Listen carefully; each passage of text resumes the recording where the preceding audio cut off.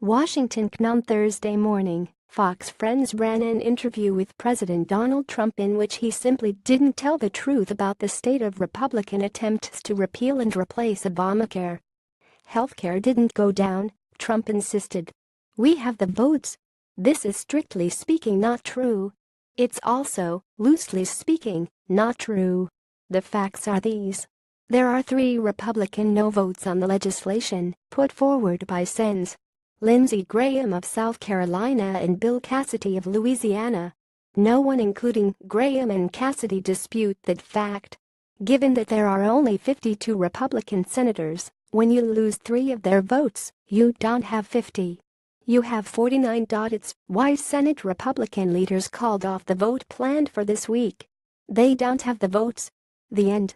Now, could they, as Trump also seems to sort of claim, get the vote sometime early next year? Sure, anything is possible, and, because Arizona Senator John McCain's stated objection to the legislation is that it isn't moving through so-called regular order, a slow process of hearings, markups and amendment voting, and there is a theory on Capitol Hill that more time could bring him on board. But even if McCain goes from no to yes, it's still not clear that Trump, as he claims, has the votes. A trio of Republican senators, Mike Lee, Utah, Ted Cruz, Texas, and Lisa Murkowski, Alaska, has not announced any sort of position on Graham, Cassidy. And Murkowski was one of the 3 GOP senators along with McCain and Susan Collins who voted against skinny repeal back in late July. All of that is in the hypothetical realm, however. There is zero factual evidence that Trump's claim that we have the votes is even close to true. Ditto his repeated and still false claim that a Mississippi Senator Thad Cochran is in the hospital. He isn't, and B, that if Cochran could make it to D.C. to vote, he can, then the votes for Graham, Cassidy would be there. They won't. It's beyond debate then that saying we have the votes for healthcare repeal or insisting that it didn't go down is a textbook case of Trump promoting fake news. The bigger question is why. The answer, I think, lies in the same motivation that led Trump to delete a series of tweets supportive of Alabama Senator Luther Strange following his loss to Roy Moore in Tuesday's special election runoff. Trump is obsessed with winning. But, more than that, he is obsessed with maintaining his appearances as a lifelong winner. Winners don't admit defeat. Winners don't acknowledge weakness. Even if both are staring you right in the face. This doesn't make sense because, well, it's not a rational thing. Trump has to know in some corner of his mind that simply by deleting his tweet supporting Strange he won't make his support for the guy who lost disappear.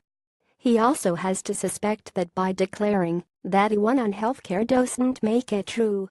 But, throughout his life, Trump has been telling himself the story of his life. It's a story of conquests and victories over weaker men. A perfect record of wins made all the more gratifying by the fact that everyone always said he wouldn't win. He succeeds in spite of all the losers and the haters. To be fair, Trump has had a lot of success in his life. While there is an active dispute over how wealthy he is, there is no dispute that he is wealthy. And, while there are disputes about the manner by which he was elected president, there is no dispute that he is now one of only 44 men in history to hold the country's top job. There is no one, of course, who has never lost, never faced a setback, never guessed wrong. But, in the story of Trump, that Trump is forever telling himself, has never set a foot wrong. He was right about the war in Iraq. History and past statements suggest he was not. He was right about the threat posed by terrorists. He was right about Charlottesville. He's right about the NFL owners being afraid to speak out against their players.